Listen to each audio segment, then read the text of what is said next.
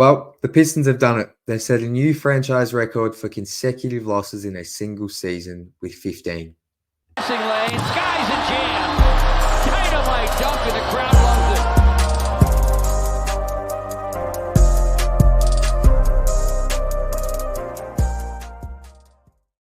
Welcome back to Pistons Intellect. I'm your host, Jack Kelly. You can follow me on Twitter at Jack_Kelly_3on3.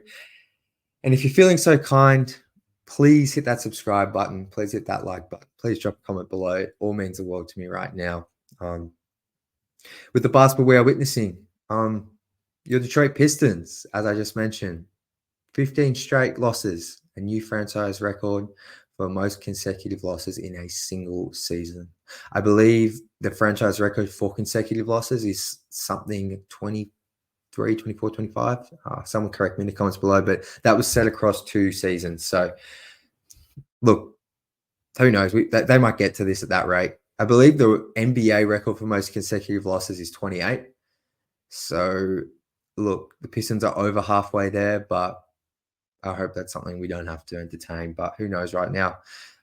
So, Detroit Pistons lose to LeBron James, a man that's caused this franchise plenty of pain, at least in the late 2010s. And here's Los Angeles Lakers. The Pistons fall 107-133 in yet another blowout. Feels like they've happened in each of the past 4 to 5 games. This team seems devoid of confidence, seems devoid of heart, seems devoid of direction, seems devoid of anything that would help you win a basketball game, or at least allow you to play 4 solid quarters of basketball and give you a shot at winning a game. Before I just get into tonight's game and where we're at overall, I just want to implore each and every one of you, if you have the time and if you love basketball and it is something you turn the TV on for entertainment and joy, I just want to implore you to watch other NBA teams. Yesterday, I had the day off and I was able to watch a pair of back-to-back games on TNT with Bucks Heat and then Warriors Kings. And I tell you what, man, I haven't had so much fun watching basketball in a minute. This season, I've been fully dedicated to the Pistons, and everything I've been doing is Pistons related, and that's how I base my schedule around things. But yesterday I had the day off, and like I said, was able to watch the games live.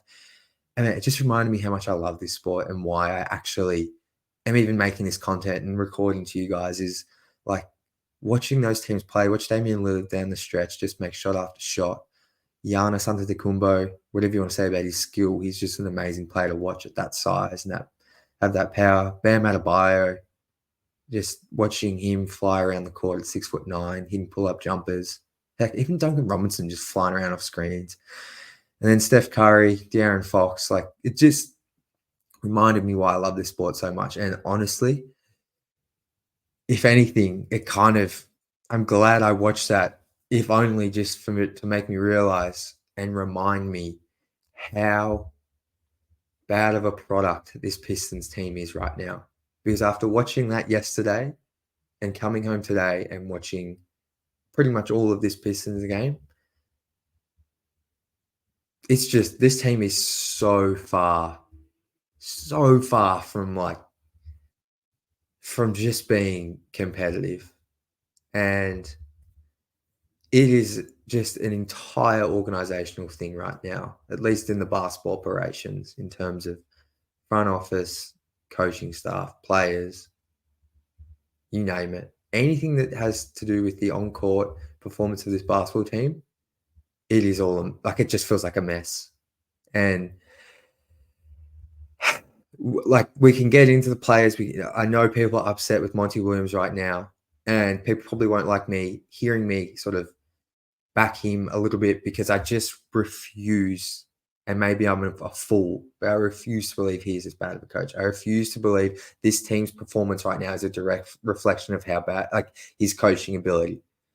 And I didn't believe that the team, how it performed under Dwayne Casey, was an exact reflection of his coaching ability. I think coaches do have a say and have a pretty large impact on a team, obviously. But I just truly what has become abundantly clear to me over the past week and a half. It's really these last 5 games that have just been disgusting. Like, just in the sense of, like, the Pacers game was fun, but they ended up losing by 23, but they've just been so bad. It just looks lifeless, soulless, you name it. I just refuse to believe this is all on Monty. Like, it is, for me, I think it is pure, like, roster construction. And I said this on the Detroit Bad Boys podcast. In the offseason, when you are putting the ball in the hands of first, second, third year guys, and they're doing everything, it's probably not going to yield the best results. I did not know it would be this bad, but this is what just makes me feel like there is something so off. And I'm sick of saying it, but it's just like, I don't know what is going on, but this team cannot be this bad. Like, there are NBA talent and NBA players on this team. 15 losses in a row. Like, this is so bad. This is historically bad in the context of this franchise. Like, I just refuse to believe with the draft picks this team has that it is this bad. And I don't know what it is. But they are clearly lacking veterans. The only one they have playing right now is Alec Burks, and he's, I still think he's a solid, good player, but he's been flat out bad since his return. He can't hit a shot. He's missing layups, and if he's not hitting his shots, he's not really bringing you a ton because he isn't the guy you want handling the ball a lot. He's turnover prone. Defense comes and goes. So, like, if he's not hitting his shots, he's not bringing a whole lot. And it just looks like young guys out there right now who don't really know where to go, what to do. Like, when this team gets down, it's like I've noticed they might hit their first few shots and start out like 6-2, or like they did in the game prior to the Lakers game. I think they started out 10-2 versus the Wizards, and then as soon as the other team just gets ahead, it's just like you can see as soon as it gets like 2 baskets, 3 baskets, now they're down by 8. It's just like you just know, like, they might hit a couple of threes and get back in it, but it's just like, I'm lost for words. Like, I truly, it's like I live out my daily life and then I check the box score of a Pistons game and it actually just feels like I'm in like a horrible dream. It's like, I have never felt this kind of despair as a fan, like in the context of basketball and the Pistons, like never felt this lack of joy completely. Like, it's really tough. And one thing I want to hit on is just how disappointed I am that we still haven't heard from the front office or ownership. Like, nothing, crickets. Like, and that's all I said. Like, my one thing I wanted to see following the Wizards game was I wanted to hear from front office. And I'm not asking for a 20-minute press conference. I would have been happy with like a 15-second Instagram story from Troy Weaver or Arn Talon or someone, or you know what, Tom Gores. Just say something to us. Like, but no, we got absolutely nothing before the Lakers game. And then the Pistons proceed to go out and be down by 30 points in the third quarter. I don't think anyone played well. I mean, I believe Jaden Ivey's in foul trouble. Cade and Jaden scored like 6 points in the first half, maybe. Like, in the games that'd be won, your 2 best players dish out that. Like, that's on them. That's bad. But I'm just like, feels like to me, these guys just don't have confidence. As soon as they get down, it's like, there's no, like, I must admit, and I say this as someone watching from the TV, so this could be so off, but I am starting to just ever so slightly question Cade Cunningham as sort of that on-court leader. Because I don't know, man. It's hard to have Isaiah Stewart as your leader when he can't, he's far from your best player. Like, yes, he's got that grit and grind about him, but he's just, when you are not the most talented on the team or in the top 3, like, it's just hard to sort of be a huge presence on court, especially when things are going bad, and hold people accountable. Like, I just don't think it hits the same as when the best or second best player on your team holding people accountable. And I just, yeah. I mean, I guess that goes back to just no veterans on this team, like a lack of leadership overall. And I guess people might point that to Coach Monty Williams, but I don't know, man. You need an on-court leader. You're not going anywhere if you're relying on your coach for all your leadership. Like, so I know I'm ranting and like I'm pissed. Like I'm pissed off because this is just like this is horrible. It's horrible. And I don't know what the next move is. I think that's a scary thing because I think we're all going to be like waiting now for this December 15th deadline, but it's like, okay, we're going to get to December 15th and every team knows how desperate Detroit are. Like you just look at the standings. They're the most desperate team right now. So it is going to be hard for Troy to make a significant deal. I feel like with the pick limitations and that he has on trading picks, he can only I believe he can only trade this year's first rounder. Someone correct me if I'm wrong, but because of that pick owing to the Knicks, it's really hard to even make a trade, including future picks, if at all. So you've really only got the contracts and the players that are on your roster right now. And I just feel like teams are going to ask for the world because it's like, what do the Pistons do?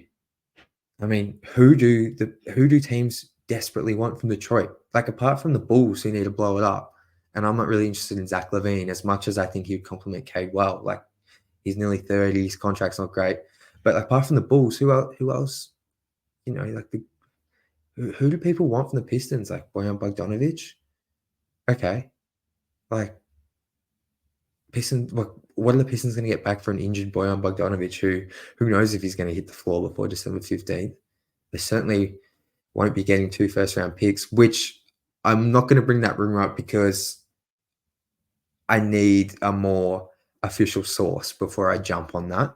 But if someone else is able to prove that the Pistons turned down that offer, that's not great. And that's coming from someone who was big on keeping Bojan Bogdanovic. But I need more info on those first-round picks that apparently reportedly offered to the Pistons because, yeah, obviously it looks horrible, but I don't think Hoops Hype are like the most legit, locked in, plugged in source. I'm sure they've got plenty right. I'm not dismissing it, but yeah, I just need it confirmed. Unless it's Woj or Shams, I kind of take things with a bit of a grain of salt, unless there's like multiple people reporting it. So, but yeah, I can see why Pistons fans were outraged by that. Like, go for your life right now. I'm just not going to attack it yet. But like, what are you getting for Bojan? Like, seriously, like an injured 34-year-old. Yeah, I just trying not to be completely negative here, but all I'll say is there clearly needs to be a move made. I think that starting 5, I've spoken about it on multiple episodes. Like, I was high on Stu, still am high on how he can impact winning, but you can't start him at the 4 anymore. Like, he shot it okay tonight, but you got to try something else. Believe it or not, I know Isaiah Livers hasn't been the best and has had his issues defensively, but the 3-man lineup of Asar, Livers, and Duran actually, in a small sample size per clean the glass, is actually looking really good. Like that's yielding like positive results, small sample size. So those 3, you can play them together. I think you have to try playing them together in the starting lineup. And then obviously Cade and Jaden can slide in there. I know, yeah, Livers isn't the hottest player right now. People are a bit frustrated with him, but look, when he's on the court with Asar and Durant, they're not bad. So I think you need to try that because I don't think Stu, Durant, Asar is really working alongside Cade. And Jaden, I mean, I think the Lakers are playing zone. Like, it's just no room to operate. And yeah, we've said it a million times, but you need to space the floor more. I don't think you can go, okay, let's try and like solidify defense. Like the defense, Pistons are getting cooked every night on defense. I can't remember, like, it feels like they give up over 120 every game. So at least try and open it up offensively. So yeah, guys, Pistons play the Knicks tomorrow. Who knows what's going to happen? Pistons traditionally, or at least in recent years, get blown out, especially at Madison Square Garden by the Knicks. Julius Randle normally goes crazy. probably have a 20-point first quarter. He's definitely done that in the past. So I don't know, man. I don't know. I keep telling myself every loss goes by, they're more likely to win because that's just the way these percentages work. This team can't go 2-82, but I honestly have nothing right now. And yeah, this just sucks. It really sucks. Like, can laugh about it, like, but this just sucks. Like, this isn't fun at all. We are past the seasons of watching development and finding, moral victories. And I mean, you know what? I'd actually take a moral victory right now. It's a sad thing, but we are so past that. Like, year 4 of a rebuild, 15-game losing streak. If they lose tomorrow, I believe they won't have won a game in November, so they won't have won a game in a full calendar month. They're setting records, all the bad kinds, and who knows? Who knows how bad this team really is? I hope they're not the worst team of all time, but I would not be surprised. Would not be surprised if we're sitting here talking about the Pistons potentially breaking that franchise record losing streak. So I think I'm going to leave it there.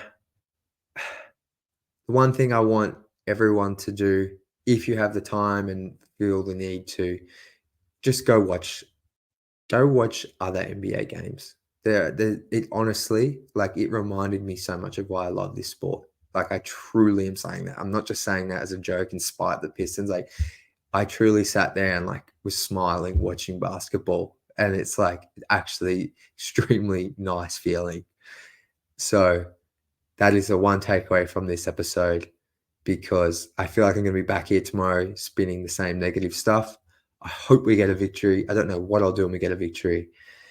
But until tomorrow, after the Knicks game, I'm Jack Kelly. You can follow me on Twitter at Jack_Kelly_313. And please, if you're feeling so kind, hit that subscribe button. I've enjoyed all the comments, all the love recently. Feel like there's getting some new viewers in here. And look, I know this sucks right now, but whenever this thing turns around, this channel will be a lot more positive and a lot more insightful. I can promise you that. So till tomorrow night, go Pistons.